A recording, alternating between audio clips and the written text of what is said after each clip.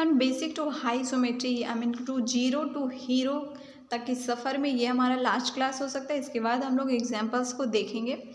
तो आज हम पढ़ने वाले हैं सर्वांग समता। तो सर्वांग समता में दो चीज़ है, एक तो सर्वांगसम, उसके बाद इसमें प्रत्यय ता जुड़ा हुआ है। तो सर्वांगसम किसे कहते हैं? तो दो वस्तु, कोई भी दो वस्तु, चलो एक अगर गोला बोला है, दो वस्तु एक ही आकार के होते हैं तो उसे हम कहते हैं सर्वांगसम। केवल सर्वांगसम की यहाँ पे बात हो रही है, ठीक, उसे कहेंगे हम सर्वांगसम। लेकिन हमें जाना है कहाँ पे? सर्वांग समता पे।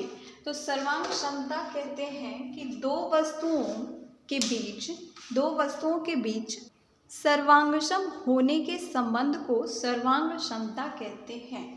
दो वस्तुओं के बीच सर्वांगसम होने के संबंध को सर्वांग समता कहते हैं और इसको डिनोट किया जाता है ऐसे करके, जैसे कि सच एज एग्जाम्पल की कोई वस्तु है एफ हमारी, कोई वस्तु है ओ हमारी, ठीक, दोनों एक ही आकार की वस्तु है और दोनों के संबंध जो है मिल रहे हैं, गुण मिल रहे हैं, तो इसको बोलेंगे कि ये सर्वांगसम है। तो ऐसे ये वाला साइन यहाँ बीच में हम लोग इंक्लूड करते हैं, तो ये सर्वांग समता का हमारा साइन हुआ। इसी प्रकार किसी त्रिभुज में अगर कोई त्रिभुज हमारा है ए बी सी और वो मेल खा रहा है सी ए डी से, ठीक, उसका संबंध है, तो इसको ऐसे करके ऐसे बोलते हैं कि ए बी सी सर्वांगसम क्या है? सी ए डी।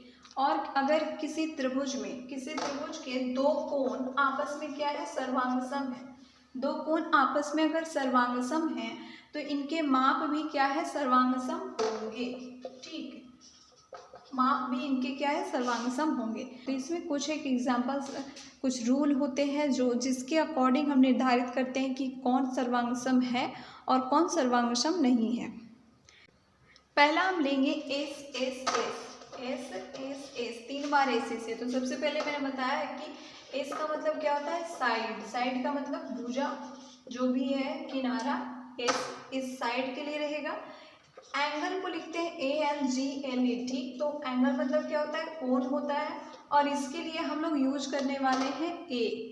ये दो चीज़ हमारे लिए जाना जरूरी है। इसके बाद हम जो रेस्ट्रिक्शन है उसको हम पढ़ते हैं। तो सबसे पहले हमारा है कौन सा? S S S. तो एस का मतलब क्या बताया कि साइड होता है, तो बस ये किसी दो वस्तु के लिए ही बोल रहा है ना। तो एस हमारा साइड है, एस हमारा साइड है और एस भी हमारा क्या है? साइड ही है। तो किसी भी त्रिभुज में तीनों भुजा क्या है? बराबर है, उसकी तीनों की तीनों भुजा बराबर है तो वो होगा सर्वांगसम। जैसे कि एक त्रिभुज यहाँ ऑलरेडी बना के रखा है और ये हमारा अगर कोई दूसरा त्रिभुज है, ठीक, तो अगर ए इधर है, इधर भी ए है, इधर इसका बी है और इसका भी इधर बी है, इधर इसका सी है और इसका भी इधर सी है, तो क्या दोनों की भुजा, दोनों तो है अलग अलग त्रिभुज लेकिन दोनों की भुजा आपस में बराबर है। यहाँ पे नामकरण कर दे हम लोग सी डी और ई, सी डी और ई ये वाला त्रिभुज है। तो सी और डी हमारा किसके बराबर है? तो ए और बी के बराबर है, सॉरी सी के बराबर है, ए और सी के बराबर है। अब यहाँ पे डी और ई बच गया, डी और ई हमारा किसके बराबर हो जाएगा? तो ये बी और सी के हमारा बराबर हो जाएगा। इसके बाद ए बी हमारा बराबर हो गया किसके? सी और ई के। ए बी बराबर है हमारा सी और ई के। तो यही है भुजा भुजा भुजा, तीन भुजा क्या है? आपस में बराबर है। तो ये है एस एस एस प्रतिबंध, इस शर्त को कहते हैं प्रतिबंध, एस एस एस प्रतिबंध, ये हमारा सबसे पहला शर्त है। तो किसी त्रिभुज के लिए इसको लिखेंगे कैसे? इसको बिल्कुल ये नहीं कि यहाँ से हम लोग लिखना चालू कर देंगे। जैसे कि ये सबसे पहले त्रिभुज के लिए ए, उसके बाद सी, इसके बाद नीचे आए बी और ये चिन्ह लगाते हुए फिर हम यही चलेंगे, सी से शुरू करेंगे। जैसे इसमें ऊपर गए थे ना, तो इसमें भी हम सी के बाद ऊपर जाएंगे डी की ओर और इसके बाद आएंगे नीचे ई की ओर। तो इसको हम कुछ इस तरह से लिख सकते हैं।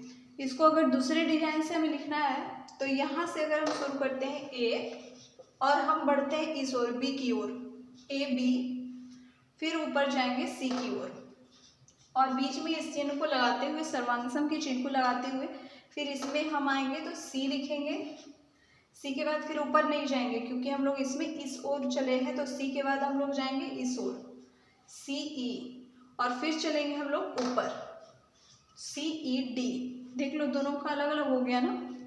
अगर ये बदल रहा है ऊपर वाला तो इसका नीचे वाला भी बदल जाएगा। एक एग्जाम्पल देखते हैं और कि इसमें किस प्रकार से पूछता है। तो एक एग्जाम्पल के अनुसार अगर कोई त्रिभुज है हमारा ए बी सी और कोई त्रिभुज है हमारा पी क्यू आर, सबसे पहले हम क्या करते हैं कि दो त्रिभुज ड्रॉ कर लेते हैं। ठीक, दो त्रिभुज हम बना लेते हैं और नाम बिल्कुल जैसे लिखेंगे ए बी और सी यहाँ। ठीक, इसके लिए लिखेंगे पी क्यू और आर, और जो कंडीशन है वो हमारा दे रखा है। क्या कंडीशन दे रखा है कि बी सी है किसके बराबर, तो पी क्यू के बराबर। तो ये वाली जो रेखा है, चलो इसको करते हैं बराबर हम इसके। ठीक, इसके बाद है ए सी हमारा पी आर के बराबर है। इसको अलग डिजाइन से लिखे ताकि पता चले कि ये इसके बराबर है और ये इसके बराबर है। फिर थर्ड क्या है, ए बी जो है हमारा, ये ए बी ये बराबर है किसके, क्यू आर के बराबर है। तो अब बताएं कि इसका सर्वांग क्षमता प्रतिबंध कैसे, इसको लिखेंगे कैसे। तो देख लो, ऐसे हमने क्या पढ़ा था कि ये नहीं करना हमको इस बार कि ए बी सी सर्वांग सम पी क्यू आर, नहीं। क्यों, देखो क्योंकि ये ए बी इस तरफ है और इस तरफ हमारा क्या है, पी क्यू है। इस तरफ ये ए बी की जो भुजा है ये इस वाले के बराबर है, ना कि ये वाली भुजा इस भुजा के बराबर है। तो इस बार हमें थोड़ा सा अपने त्रिभुज को ऐसे पटकना पड़ेगा। ठीक, तो इसके सुधार के लिए हम लोग एक बनाते हैं नया त्रिभुज, बिल्कुल इसके सुधार के लिए। ठीक, पी आर को ऐसे ही रहने देंगे क्योंकि ये और ये बिल्कुल बराबर है, तो बेस हमारा सेम रहेगा, पी और आर। पर सेम तो है, लेकिन इसमें हम क्या देख रहे हैं कि ये इसके बिल्कुल इस फॉर्म में तो सेट नहीं कर रहा है। तो इसका मतलब इस बार हम अपोजिट कर देंगे, आर को इस तरफ और पी को कर देंगे हम लोग इस तरफ। अब बचा कौन सा, क्यू बच गया, जिसको हम कर देंगे ऊपर। अब देखो ए बी किसके बराबर था, क्यू आर के बराबर था, ये हो गया।